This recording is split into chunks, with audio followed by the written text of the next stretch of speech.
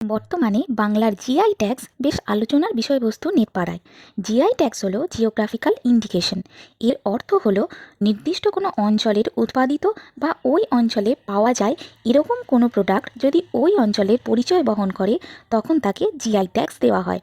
বাংলার GI tax পেয়েছে এই রকম প্রোডাক্টগুলি হলো দার্জিলিংয়ের চা, শান্তিনিকেতনের চামড়ার সামগ্রী, বাংলার নকশি কাঁথা, মালদার লক্ষণভোগ আম, ফজলি আম ও হিমসাগর আম, শান্তিপুরি শাড়ি, ধনিয়াখালি শাড়ি, বিষ্ণুপুরের বালুচরী শাড়ি, জয়নগরের মোয়া, বর্ধমানের সীতাভোগ ও মিহিদানা, বাংলার রসগোল্লা, গোবিন্দভোগ চাল, তুলাইপঞ্জি চাল, বাংলার পটচিত্র, ডোকরা শিল্প, বাংলার মাদুর কাঠি, বাঁকুড়ার পাঁচমুড়ার টেরাকোটা ঘোড়া, পুরুলিয়ার ছৌ নাচের মুখোশ, কুশমান্ডির কাঠের মুখোশ, সুন্দরবনের মৌপান মধু, বাংলার টাঙ্গাইল শাড়ি, বাংলার গরদ, মুর্শিদাবাদের কোরিয়াল শাড়ি, উত্তরবঙ্গের কালো নুনিয়া চাল।